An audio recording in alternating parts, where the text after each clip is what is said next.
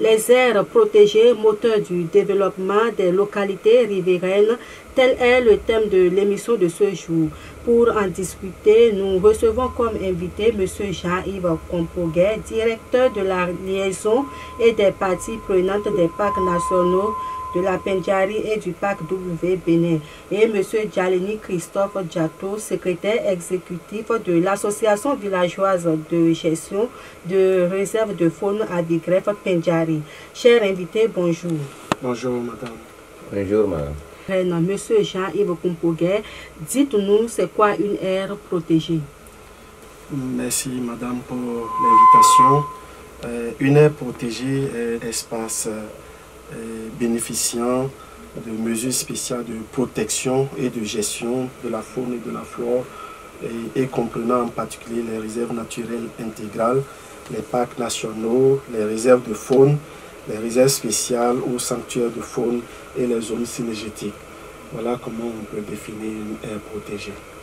Ok, dites-nous pourquoi le parc a-t-il été retenu comme aire protégée et combien en avons-nous au Bénin?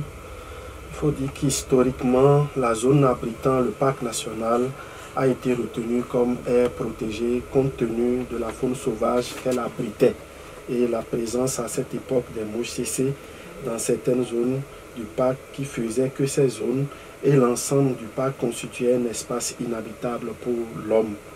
Mais avec le temps, le statut de l'aire protégée du parc a évolué compte tenu des valeurs universelles exceptionnelles que constituent les ressources naturelles qu'elle abrite, qu'il convenait de conserver de manière durable pour les générations d'aujourd'hui et à venir. Le Bénin compte environ une soixantaine d'aires protégées, regroupant les parcs nationaux, les zones synergétiques, les forêts classées, les périmètres de reboisement et les forêts sacrées. Ok, merci beaucoup pour les précisions. Dites-nous, lorsqu'une zone est reconnue comme aire protégée, quelles sont les implications pour les communautés riveraines? Merci beaucoup madame. Moi c'est Diato, secrétaire exécutif de la ville de Pendjari. En fait, lorsqu'une zone est classée comme aire protégée, il faut dire que c'est le fait de prendre le cas de l'intégration actuelle de la zone Série et Mekourou, d'accord, qui désormais fait partie intégrante du complexe Pendjari. Il faut dire que premièrement, il y a deux niveaux. Premièrement, c'est que conformément à la loi numéro 2002-16 du 18 octobre 2004 portant régime de la faune en République du Bénin, c'est que personne n'y rentre donc à l'intérieur sans une autorisation. Et deuxièmement, il faut dire que l'implication des communautés, d'accord, dans la gestion par rapport à la convention sur la biodiversité en 1993 que le Bénin en fait a ratifié, le gouvernement du Bénin a ratifié, c'est qu'il y a la création des activités génératrices de revenus, il y a aussi l'octroi des emplois aux communautés, il y a l'appui au développement communautaire et à l'éducation. Et en résumé, madame, il faut dire qu'il y a l'accès durable ou contrôlé des ressources du parc au profit des communautés riveraines du parc.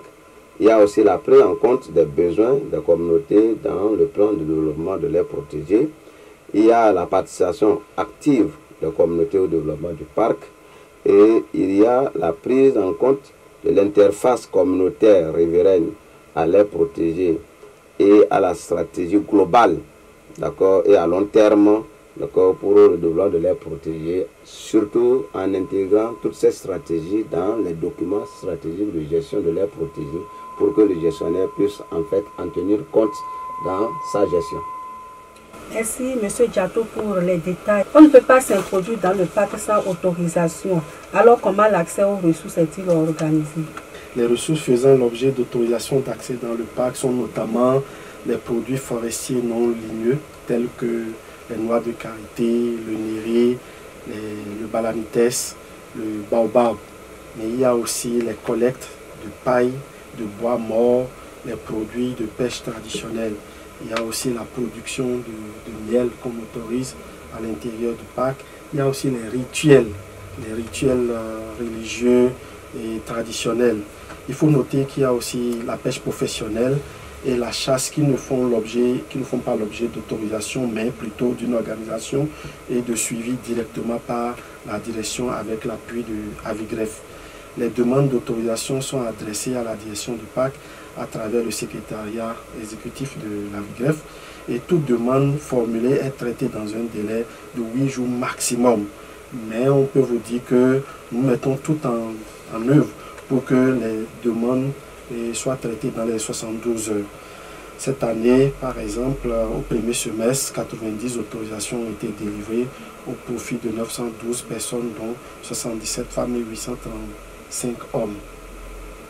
Okay, merci pour les détails. Nous revenons avec vous, M. Diato. Quels sont les avantages liés à la conservation de la biodiversité? Merci beaucoup, madame. Les avantages liés à la conservation de la biodiversité se résument aux bénéfices liés aux services écosystémiques que sont les purs, parce que vous saviez bien avec la présence de la flore, d'accord, la végétation, et comme on connaît historiquement le rôle que jouent ces écosystèmes, notamment, je peux parler des arbres et autres. On sait bien que ça absorbe le dioxyde de carbone et que ça nous donne l'oxygène. Et je pense que ça fait l'oxygène et donc l'air pur que l'homme a besoin pour sa survie. En plus, il y a aussi que nous avions de l'eau potable. L'eau potable, compte tenu du fait que à l'intérieur du parc, il n'y a pas des activités polluantes. Et donc, nous avions alors de l'eau pure, l'eau potable que nous consommons, nous qui sommes riverains, c'est un atout pour nous. Il y a aussi que la nourriture saine, parce que nos cultures sont produites de façon plus ou moins biologique. Et je pense que tout le monde fait la promotion actuellement, même en Europe, que désormais, il faut alors consommer bio. Donc, en plus de ça, madame, il faut dire que tous les animaux aquatiques, je veux parler de poissons, parce qu'aujourd'hui, c'est quand même un aliment très apprécié et nous, on consomme le poisson pur, le poisson sain et nous pouvons garantir une sécurité alimentaire saine, notamment aussi la viande, parce qu'avec l'activité de la chasse, nous avons de la viande qui n'existe nulle part ailleurs et qui est aujourd'hui pour nous un atout. Il faut aussi reconnaître que dans le même temps, nous avons donc, madame, un régime pluviométrique, d'accord, plus abordable, parce que vous savez bien que l'arbre joue un grand rôle dans la pluviométrie. Et nous avions aussi des sols de qualité en matière d'agriculture. Nous avons une production plus élevée, un rendement plus élevé, compte tenu du fait que la fertilité de nos sols ne sont pas à négliger, madame. Donc, dans le même temps, il y a aussi que nous avons, par contre, ailleurs où on parle de la qualité de la nourriture, de la qualité de nutriments, et nous pensions qu'aujourd'hui, le développement du tourisme fait en fait un atout pour nous, qui garantit pour nous une économie plus ou mieux élevée. Donc, à travers la faune, la flore, donc qui génère beaucoup de revenus, de recettes, je pense que les communautés riveraines ont quand même des atouts pas négligeables par rapport à leur quotidien. Merci. Monsieur Jean-Yves, dites-nous quel est l'impact de la gestion du parc sur les communautés locales? Il faut dire que globalement, la gestion du parc a un impact très positif sur la vie des communautés locales. Elle contribue au développement socio-économique de la région, et notamment par l'accès durable à l'exploitation des ressources naturelles que sont le pâturage, la pêche, la chasse, etc. La création de beaucoup d'emplois, la promotion d'activités génératrices de revenus, la sécurité alimentaire, le tourisme, etc. En ce qui concerne les emplois, par exemple, le parc emploie actuellement, pour les chiffres actualisés, 332 employés, dont 327 nationaux, parce que nous avons eu une dernière promotion de 37 Rangers qui viennent d'être intégrés à l'équipe, donc ce qui fait que nous passons de 295 employés à 332 employés actuellement. Et les Rangers sont recrutés au sein des communautés riveraines, ça veut dire que à 80-90%, ces rendières sont des communautés riveraines. De même, pour les travaux de construction et d'entretien des bâtiments et de pistes à l'intérieur du parc emploie surtout les ouvriers locaux. En dehors des emplois, nous pouvons aussi évoquer la chasse, la pêche, les projets d'apiculture, de pisciculture, de promotion et de production biologique autour du parc national de la Pandjari en collaboration avec notre premier partenaire stratégique Avigref. Et l'année dernière, par exemple, la saison de pêche a permis de récolter 40 tonnes de poissons pour la pêche professionnelle, 9 tonnes de poissons pour la pêche traditionnelle et plus de 12 tonnes de poissons ont été pêchés par 303 pêcheurs issus de 10 villages. Et il convient de préciser que cette année, la saison de pêche n'a duré qu'un mois en raison de la situation sécuritaire. Et je note aussi qu'une innovation, nous avons apporté une innovation dans la gestion de la pêche en faisant en sorte que les pêcheurs puissent donner du poisson aux cantines scolaires des écoles riveraines. Donc nous faisons des ponctions et nous apportons du poisson aux cantines scolaires et comme ça les enfants peuvent avoir des repas équilibrés, ils peuvent avoir des protéines à manger. Concernant les projets apiculture et pisciculture, je voudrais préciser que 71 apiculteurs de 8 villages organisés en coopérative ont bénéficié de l'appui du parc et ont produit plus de 700 litres de miel au titre de la première récolte cette année. Et nous soutenons aussi la coopérative des pêcheurs dans le projet pisciculture avec l'implication de 24 apiculteurs qui ont mis en place 12 étangs piscicoles à Batia. Une dizaine de femmes organisées en coopérative bénéficient aussi de l'appui du parc pour la production et la commercialisation de l'huile de Nîmes. En dehors de ça, la direction du parc soutient les communautés notamment à travers l'appui à l'éducation, c'est-à-dire la mise à disposition de matériel didactique, la mise à disposition du mobilier pour que les élèves puissent s'asseoir et aussi l'accompagnement au paiement des salaires des enseignants communautaires. La construction des cuisines dans 17 écoles équipées de chacune de 2 foyers améliorés et les visites organisées chaque année au profit des écoliers, élèves, enseignants, autorités communales et associations de développement depuis 2018. Au moins 2500 à 3200 personnes visitent le parc par an. La mise en place de 7 clubs de l'environnement dans les CEG1, CEG2 de Tanguita, CEG de Firo, école primaire publique de Wantéou, école primaire publique de Koupiani, école primaire publique de Sangou et école primaire publique de Seponga. L'accès des communautés riveraines à la viande issue de la chasse sportive à travers la Vigref, ça c'est quelque chose que le secrétaire exécutif a noté tout à l'heure.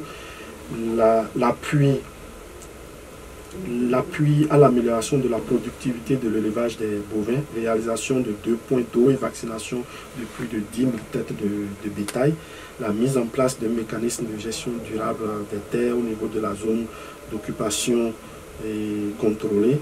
Voilà autant d'actions qui permettent de faire profiter les communautés riveraines des retombées positives de la gestion durable du parc. Merci à vous, monsieur Jean-Yves, c'est important. Nous sommes pratiquement à la fin de cette émission. Dites-nous, monsieur Diato, quel est votre mot de fin? Merci beaucoup, madame. Il faut dire que pour nous, on dit qu'on ne conserve pas pour conserver. D'accord, on conserve pour conserver, parce qu'on conserve pour le bien-être social et économique de l'homme.